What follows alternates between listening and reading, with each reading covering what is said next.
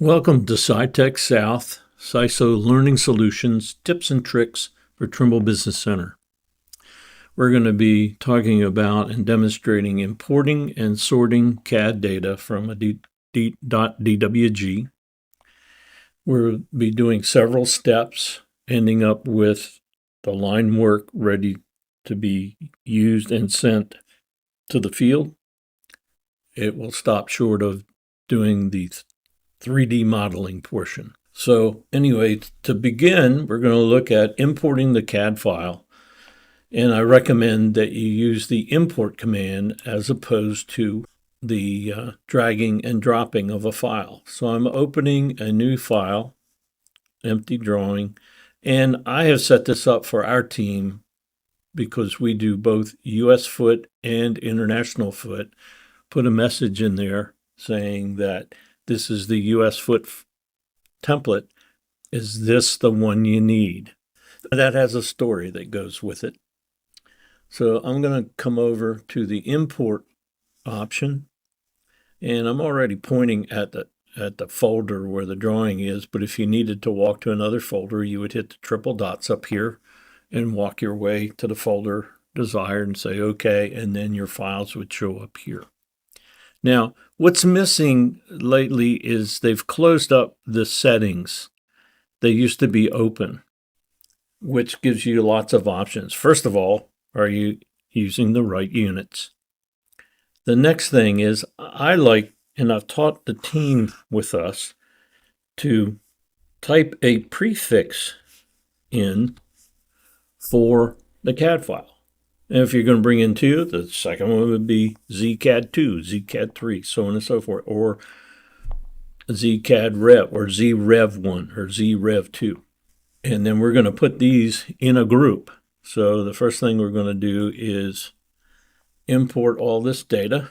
And it looks like a nice mishmash of line work that is going to end up being the data that we're going to use for the site.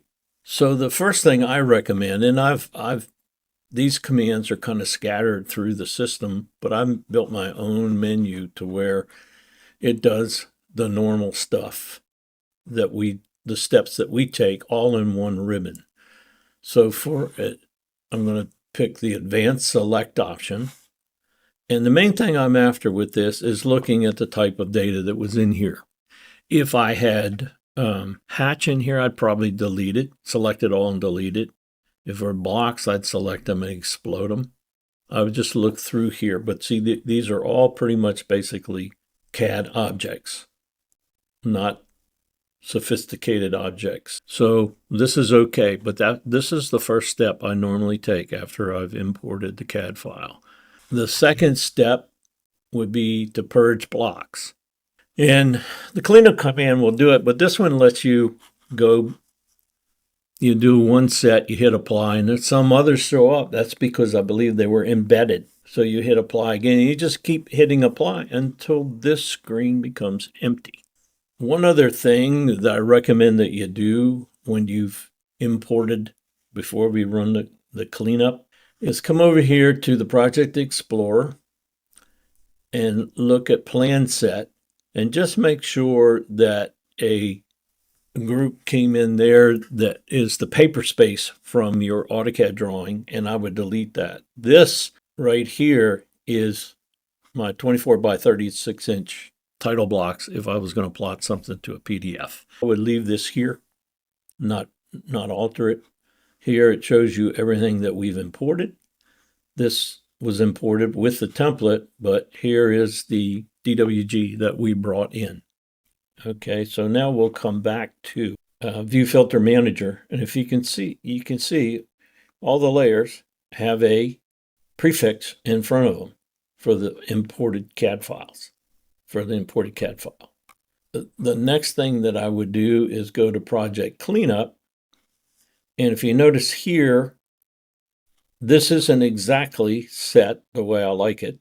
One of the things that's no, they're all set correctly. So all of these I set to clean up. All of these I'll set to clean up. Now this one right here, if this is a big file and you remove duplicate lines, it can take a while. especially if you have a lot of data, because it takes one at a time and tests it against every other object in the file. Just be prepared for that. But when you have it set to entire project, I never include join lines because it'll join stuff maybe not the way you want it to. Filter line vertices, that's is a separate operation where you would do it with a current selection set. Same thing with join lines.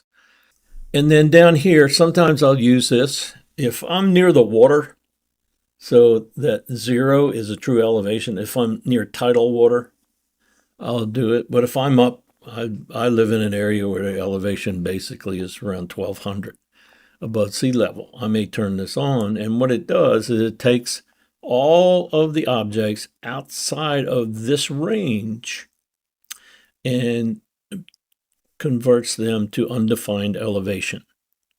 It's just a nice little tool.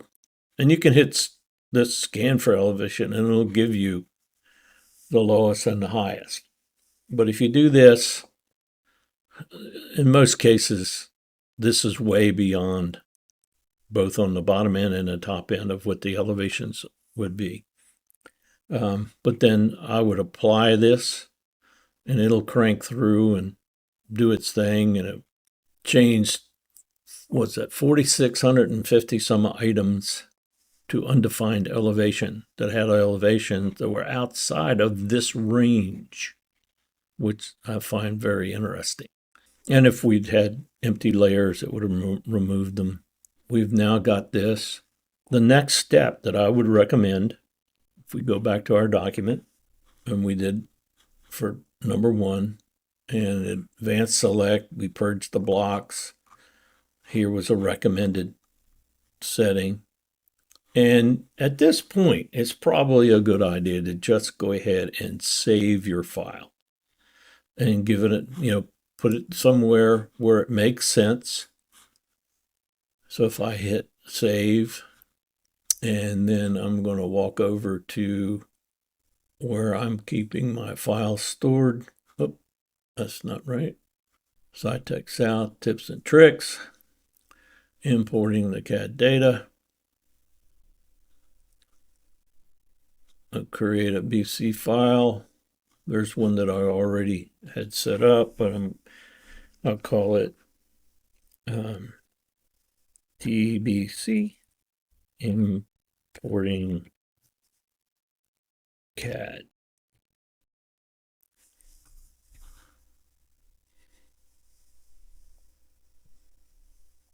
So we've now saved this. We'll take another quick look at our document. We saved it someplace that makes sense and the name makes sense. Make sure you are saving data where you can find it. Okay, so now what we're going to do is take all of the layers that have the ZCAD1 and put it in a layer group that we're going to call ZCAD1. So the first thing that I would do is go to layer groups and create a new layer and call it ZCAD1-initial CAD file. Just for a comment. If you hit close, if we come over here now and go down to the bottom, there is our group. But at this point in time, it has nothing in it. So now we'll go to the layer manager. And if we just scroll all the way to the bottom and we highlight that layer, and then we scroll up to the top till we get to the last Z, and we'll come over here and we'll change it to ZCAD initial, hit close. And now we can turn everything off and everything on by this one group. So again, the steps that I took was I had everything turned on. I went to created a group called ZCAD1 and dash, and I put in there, it was the initial CAD file. Then I went to the layer manager and selected all those layers, which were grouped together at the bottom of the layer manager. and set their group to ZCAD1 dash. Very, very straightforward process. Next thing I'm going to do is start sorting the data by standard groups, layers, and colors. And this requires that you have a well done, very functional template. Now I'm going to move this to the next group so they're all together. What we're going to do is we're going to turn all the layers off. We're going to use the isolate layer button, and we're going to step through the layers that we're going to work with and not turn on the layers that are extraneous to what we're going to be doing. The first thing, you have this option to hide all. And if you hold the shift key down and put the buttons, it collapses everything. And I'm just going to open this one so I can at least see the layer names. Then I'm going to go to the isolate layer, click on that. And what this allows me to do is to come in and highlight a layer at a time. And then I have an option. If I hit the space bar, it turns that layer on because this has the building footprints, which I'm going to want to use. If I go to the next layer, it's got the boundary. I probably will want that data. Boundary text, I don't need that. So and all I'm doing is hitting the down arrow or up arrow, and the space bar turns the check on, or if I made it by mistake, like I hit that and I really don't want that, I just hit the space bar again. Okay, there's the parking lot and the sidewalk and the storm and the storm structures. And there's a wall. Floodplain, I'm not really interested in. That road line, I'm not really particularly interested in. The survey lines, I'm probably going to want. Survey text, I don't need. Utilities. This is a mishmash of different kind of utilities all on the same layer, and we'll come back and move some of these to our working layers. Utility text, that's going to help us figure out what it is we're looking at. The demo, I didn't do anything with the demo. And the erosion control, I actually did this on this. This is a real job that I worked on, but that's a separate surface and section that was sent to them. Now we're getting into this is the existing contour. So I want to see these. It was the 2s and the 10s. And then here's my final grading contours. This is the limits of construction, and this is the proposed grading spots. Yeah, I'm going to want that. And landscape shrubs, nah. Landscape, no. Boundary text, easement, sanitary. I'm going to want that. Sanitary service, yeah. The storm. And I include the storm text, and you'll understand why once we start working with this. Site text, those are just dimensions that really don't mean anything for what we're doing. Now I'm going to just scroll this up so I get to the bottom. And then I'm going to go to the next one. Now this is, again, a misnomer. You just have to step through each layer in the engineer's file. They're calling this site text station, and it's really the center line in the parking lot.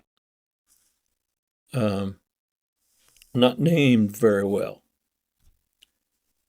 Striping, the parking. Yeah, I usually send that. The water service, water text.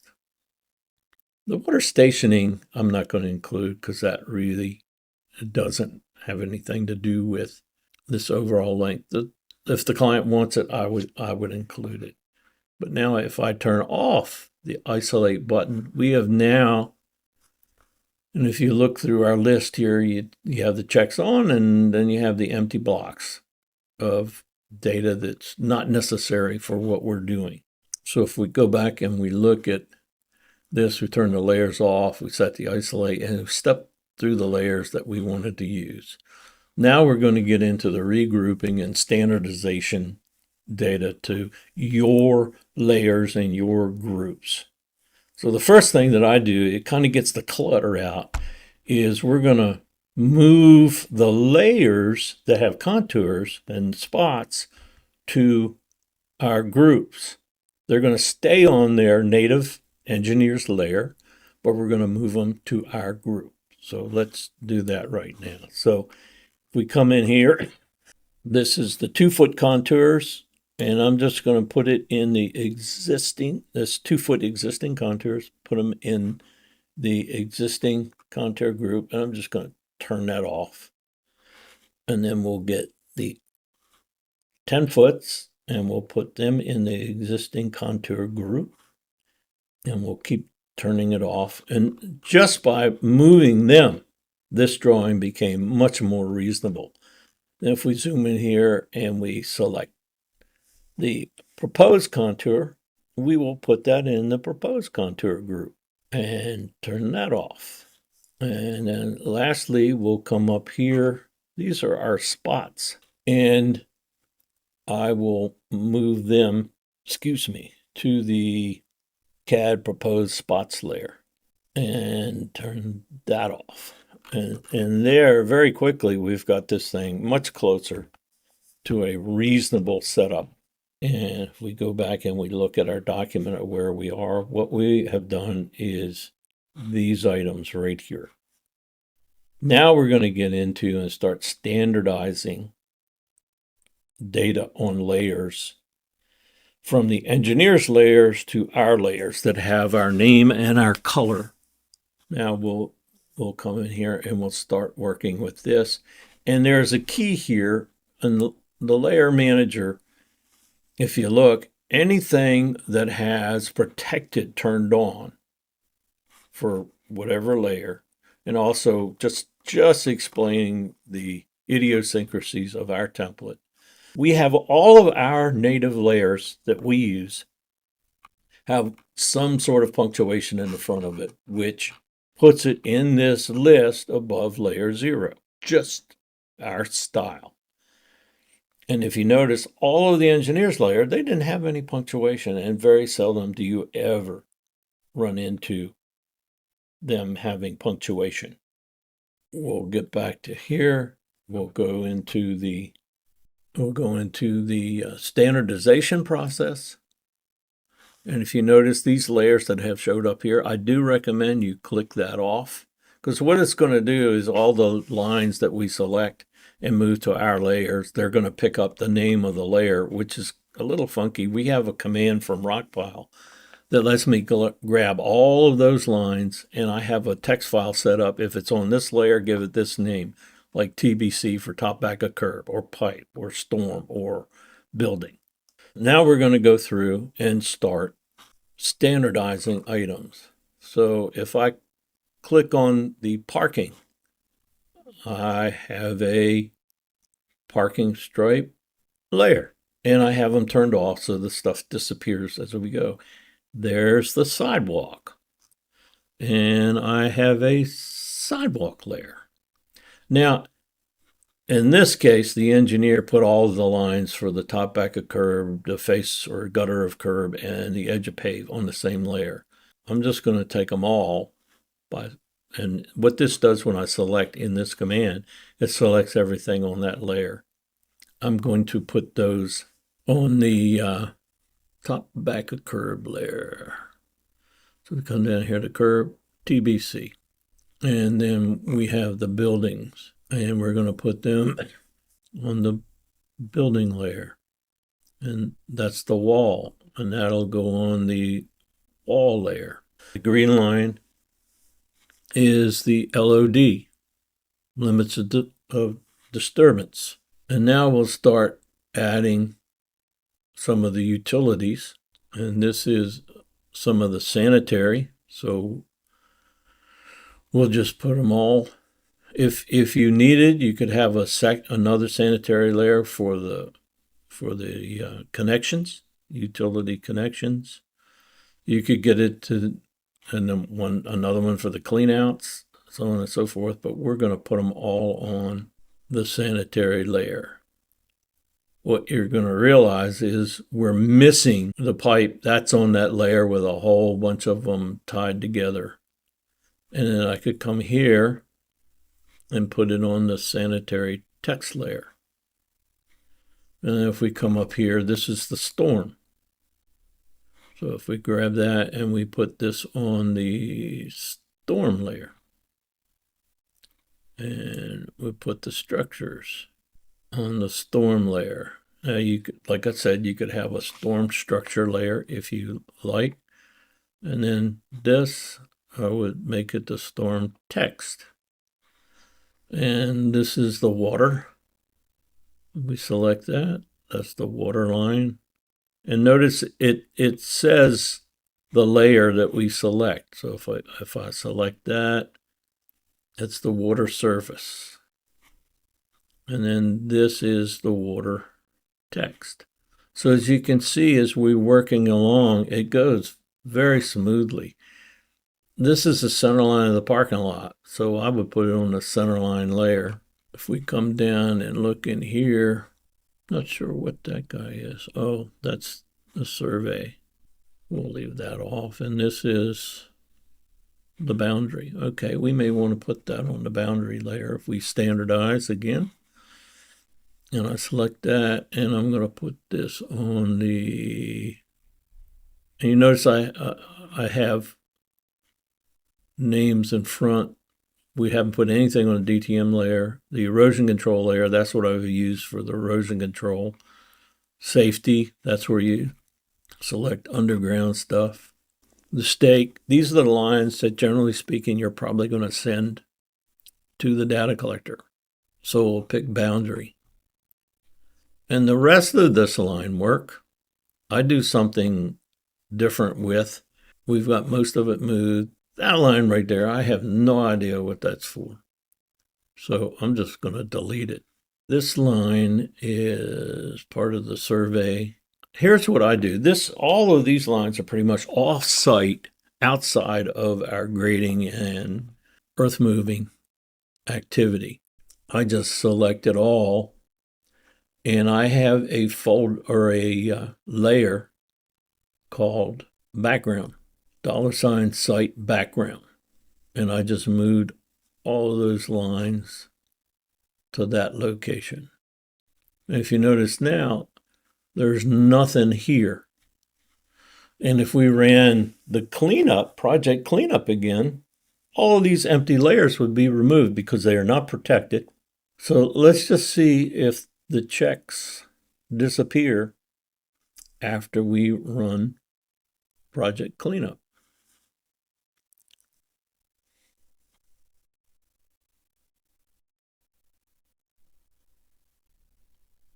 So they're gone. It cleaned the drawing up. And now, based on our groups, if I turn on the stake, there's the stake. There's no contours there yet. The background, storm, sanitary, water. I believe those are the only layers that we move stuff to. The last step that I recommend, let's see, let's go back and take a look at this. Standardize, sometimes you may need to pick objects. Okay, we're going to come to that layer with that mixed stuff. All right, let's do that before we go any farther. This one right here. We'll go to that utility layer, come in here, and we will, okay, where is it? Right there. Turn that guy on, and you notice here's our sanitary line.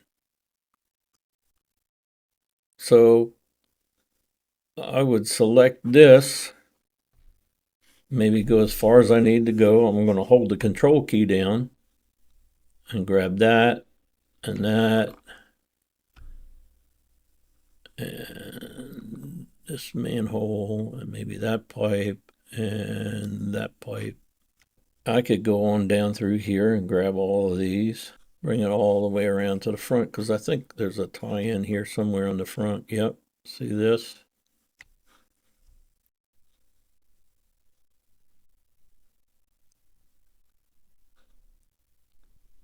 Okay, what I have selected here is the existing.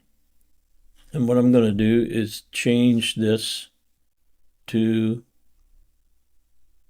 existing sanitary lines. And they're now moved to that layer. And they're no longer, or there's still stuff on this layer. So is there anything else that I need?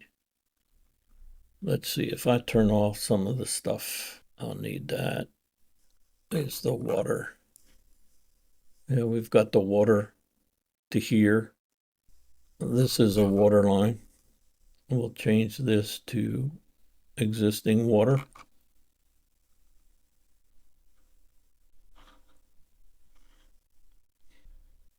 What do we got here? This has something to do with the storm. This is storm.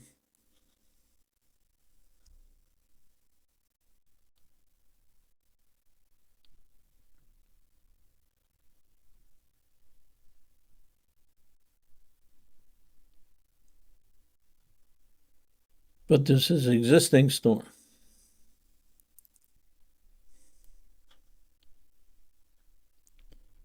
All right, so I'm going to turn off this utilities.